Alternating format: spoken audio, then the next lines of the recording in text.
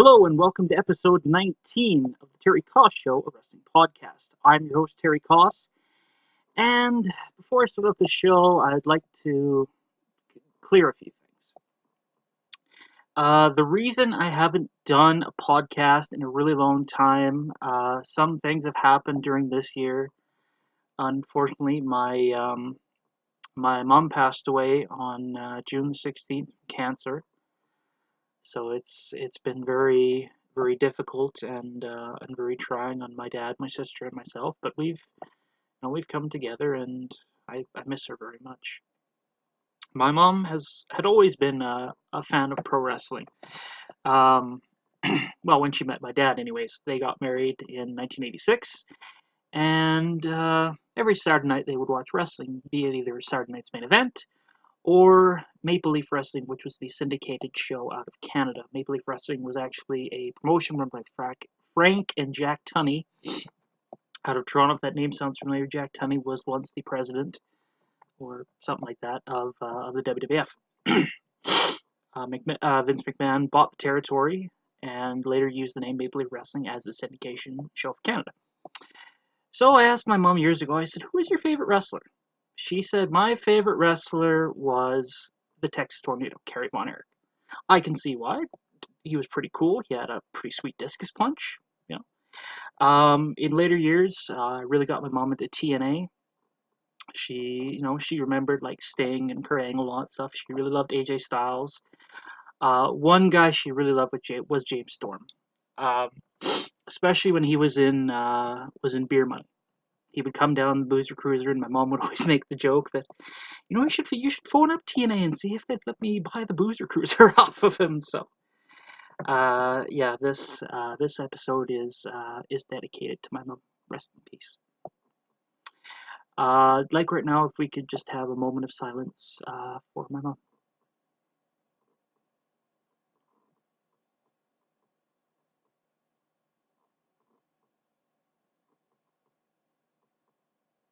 Thank you. I'd like to thank everybody, all my friends, or even people that were listening, who have helped both me and my family through this difficult time. Your cards, your letters, even coming up to me on the street and saying, I'm really sorry to hear about it. It really meant a lot to me and my family. So, on this episode of the Terry Koss Show, I will be covering the WCPW. Although this has already happened, I tend to be a bit of a completionist. I do have anxiety and OCD, and so I tend to, if I miss an event, I tend to want to watch the whole thing to see what happened. So this year, WCPW, What Culture Pro Wrestling out of England, held the Pro Wrestling World Cup. They had qualifiers in England, Scotland, Mexico, Canada, the US, and I believe they had Mexico, and one for the rest of the world. So I thought I would cover the Canadian Qualifier, since I being from Canada. So the WCPW Canadian Qualifier of the Pro Wrestling World Cup took place on May 14th, 2017 from the Phoenix Concert Theatre in Toronto, Ontario, Canada. The commentators on this evening were Dave Bradshaw and Alex Shane. In the first round, Unbreakable Michael Elgan took on Rene Dupree. Now, Elgan is a former Ring of Honor World Champion, former IWGP Intercontinental Champion, and formerly one-third of the Never Openweight six-man tag team champions. Rene Dupree, of course, a WWE and a World Tag Team Champion, was the youngest ever title holder in WWE history. At the age of 19, held the World Tag Team titles with Sylvain Grenier as La Resistance. It's pretty neat. They have Jimmy Corderas as the referee in this first match. Jimmy Corderas is Canadian and was a WWE referee for for many years. It being from Canada, Elgin we have from Oshawa, Ontario, and Rene Dupree we have from the Maritimes. So this match wasn't as long as I thought it was. Elgin hit a sweet leaping frog splash. Elgin got Dupree up for a pretty long delayed vertical suplex. About the middle of the match, Rene Dupree brings in a chair.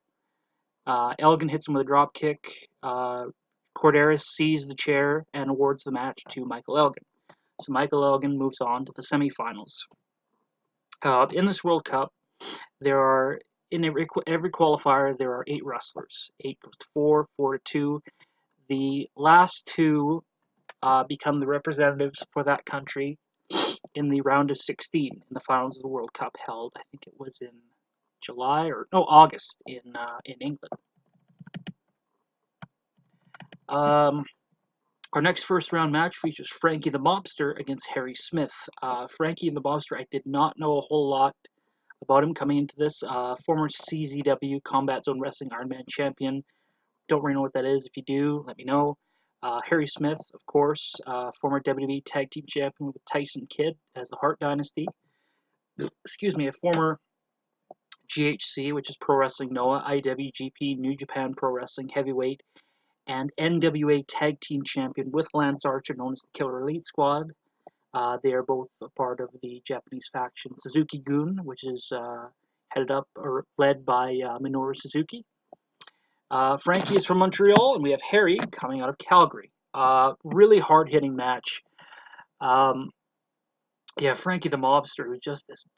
He's not very tall, but he's a giant of a man. And then you have Harry Smith, big like his dad, but not in a muscular sense, more in a taller sense.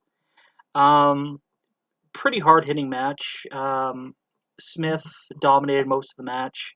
When the ref wasn't looking, he hit Franky the Mobster, or FTM, with a low blow and a delayed pile driver.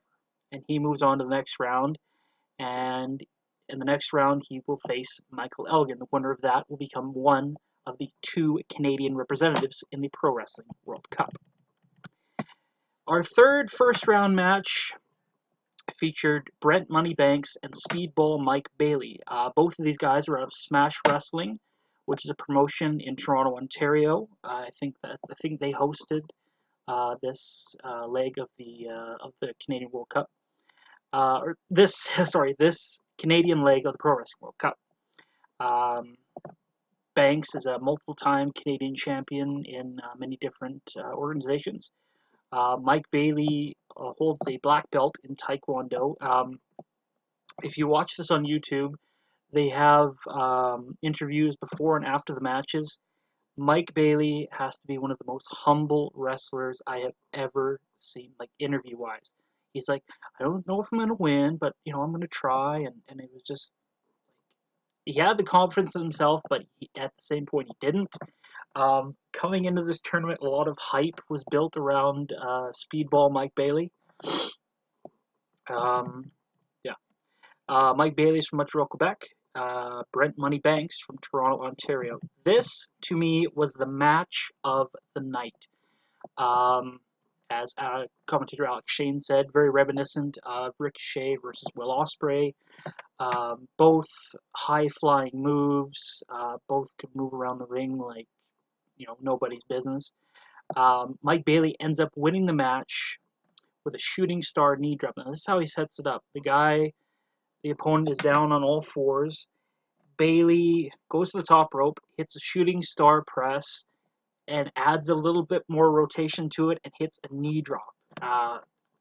Excellent match. If you do get a chance to watch this, I will put a link to the show in the description down below. Definitely that is the match of the night. Brent Moneybanks versus Speedball Mike Bailey. Now I can understand why Bailey was one of the big favorites coming into this tournament. Our fourth and final first-round match featured Kyle O'Reilly versus Tyson Dukes.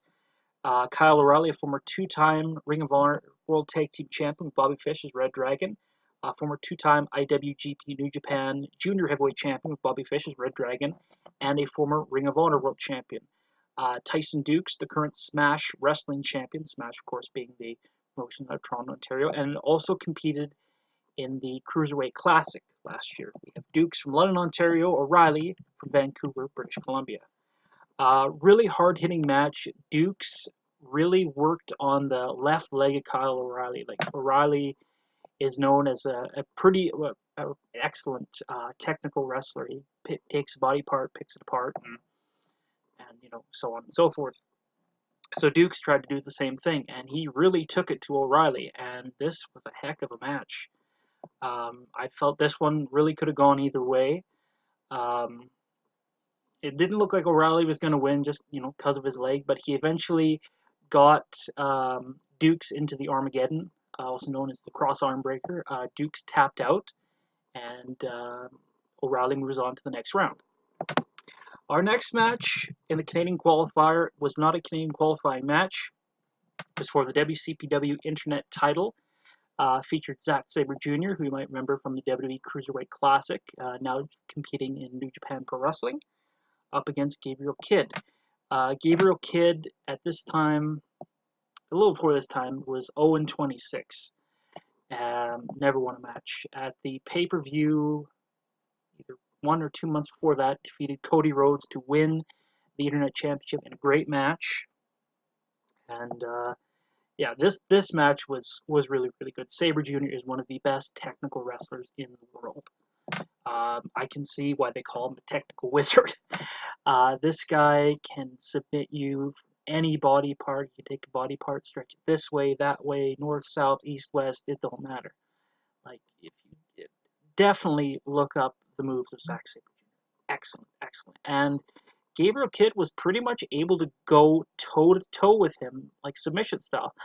Sabre Jr. a little bit better, but Gabriel Kid ends up getting the upset win with a small package. Sabre Jr. tries for submission. Kid gets him in the small package and gets the 1-2-3 and retains the Internet Championship in, I guess, what you would consider to be an upset. We now go on to the second round of the Canadian Qualifier, where we have Michael Elgan versus Harry Smith. This is a pretty hard-hitting match. Both Elgan and Smith. Smith, the more technically sound. Elgan, the more of a brawler. They begin fighting on the outside. Smith works on the leg of Elgan for most of the match. Elgan hits a Falcon Arrow, gets 2. Smith tries what he did in the last match. He hits Michael Elgan with a low blow, and a delayed pile driver, only gets 2. The ending, I believe it's Harry Smith is on the top rope. Elgan is somehow able to get him into the Elgan bomb, spins him around, power bombs him, gets a 3, and is now one of the representatives to represent Canada in the Pro Wrestling World Cup. Our second round match features Speedball Mike Bailey against Kyle O'Reilly. Now, going into this match, the commentators were like, well, how is O'Reilly going to do with his leg being the way it is? And how much did that last match take out of Speedball? The start of the match, they're exchanging kicks, both excellent strikers. O'Reilly, tries for submissions. Bailey just almost wears him out with this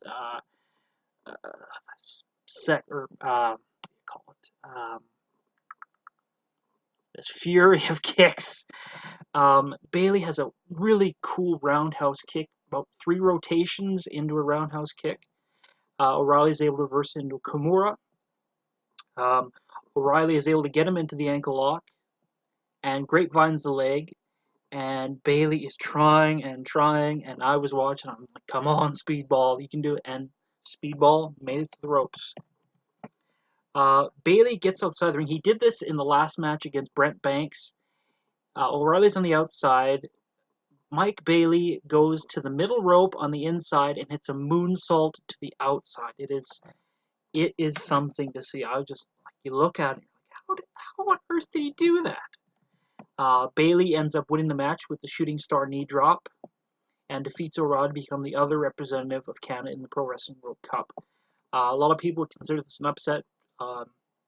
O'Reilly having more of a bigger stature within the independent scene. And I think this really put Speedball Mike Bailey on the map.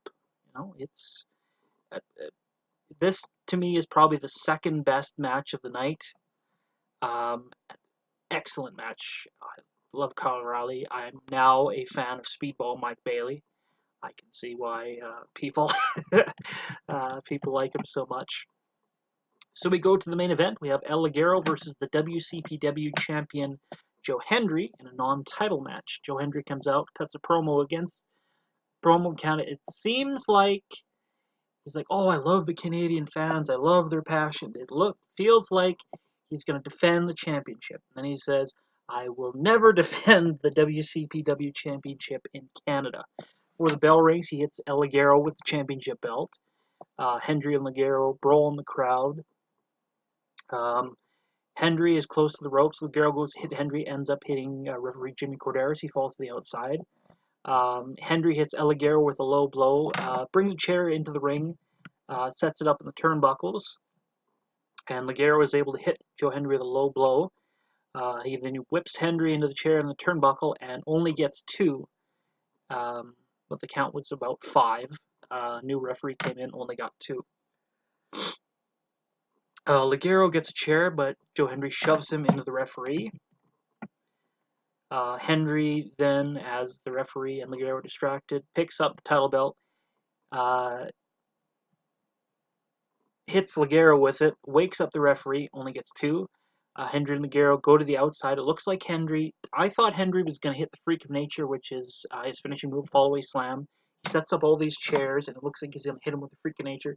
Just tosses El Ligero into the chairs, and it looks like Joe Hendry is going to win the match via countout. Goes to 8, 9. Ligero makes it in, beats the 10 count. Joe Hendry is able to get El Ligero into the ankle lock, which he now is called the Hendry lock, got from Kurt Angle. Really cinches it in. Ligero gets to the ropes. Hendry breaks it. Hendry grapevines the leg, and Ligero taps out, and Joe Hendry gets the win. Joe Hendry sets up El Ligero in the corner and tries to batter him like he did Martin Kirby at the last pay-per-view where he won the WCPW Championship. Martin Kirby comes out and saves the day. This was an excellent show. I can't say enough about it. Match of the night, Brent Banks versus Speedball Mike Bailey. You have to watch it. It is something to be seen. Even and the match he had against Kyle O'Reilly too was really, really good. As I said, I'm a bit of a completionist. I'm not going to cover the rest of the World Cup. That's already happened. We know who the winner is. All that kind of thing. But because of things that happened, these next few podcasts are going to be of things that have already happened a few months prior, because I have yet to see them or whatnot. And yeah. Also, sad news this week or last week. Bobby the Brain Heenan passed away. Rest in peace to him. Heenan was one of the best commentators of all time. One of the funniest. Him and Grill Monsoon on, I don't want to get this wrong, Primetime, no. I'm sure it's Primetime Wrestling. Correct me if I'm wrong. Had awesome segments. One of my favorite Bobby Heenan segments. On the old Coliseum videos, if you're old like me, you go back in the day and you had Coliseum video, and in between the matches, sometimes they would have a little skit. One of the best ones is golf tips. Mean Gene Okerlund with Sean Mooney. Mean Gene Okerlund teaches the Brain how to golf. And the Brain, of course, just does what he does, and has his quips and his one-liners, and makes it so great. From what I'd heard, for the last few years, Bobby Heenan had not been able to talk due to having throat cancer. Around 2002, 2003, had half his tongue removed. That's why he sounded a bit different. He lost a lot of weight, but then the cancer eventually started to eradicate his jaw.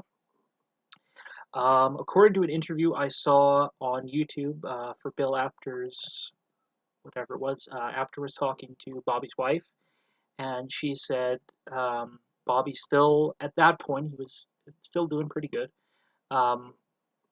He still loved to go out and meet the fans, and although he couldn't talk, he still loved to interact with them, and I give Bobby a lot of credit for doing that, considering how much his health had declined in later years. Well, that about wraps it up for this episode of the Terry Koss Show Wrestling Podcast. I'd like to thank you for tuning in.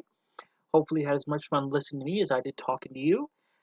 Be sure to follow me on social media, facebook.com/Terry Koss Show Podcast, and on Twitter @Cheeto Koss.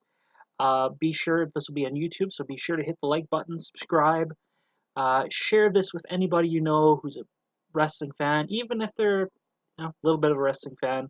I think the more ears we get on this podcast, the better. And